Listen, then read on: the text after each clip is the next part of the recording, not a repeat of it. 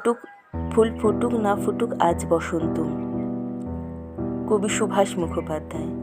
ফুল ফুটুক না ফুটুক আজ বসন্ত। শান বাঁধানো ফুটপথে পাথরে পা ডুবিয়ে এক কাঠখোট্টা গাছ কুচি কুচি পাতায় পাঁজর ফাটিয়ে হাসছে। ফুল ফুটুক না ফুটুক আজ বসন্ত।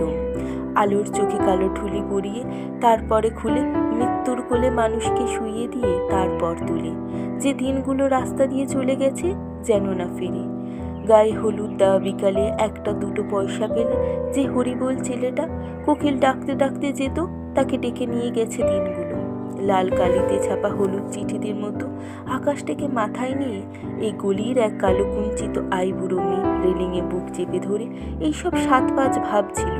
ঠিক সেই সময় চোখের মাথাকে উড়ে এসে বসলো মরণ পোড়ার মুখী লক্ষ্মী ছাড়া প্রজাপতি। দড়াম করে দরজা বন্ধ হবার শব্দ, অন্ধকারে মুখে চাপা দিয়ে দড়ি পাকানো সেই গাছ, তখনও সে হাসছে।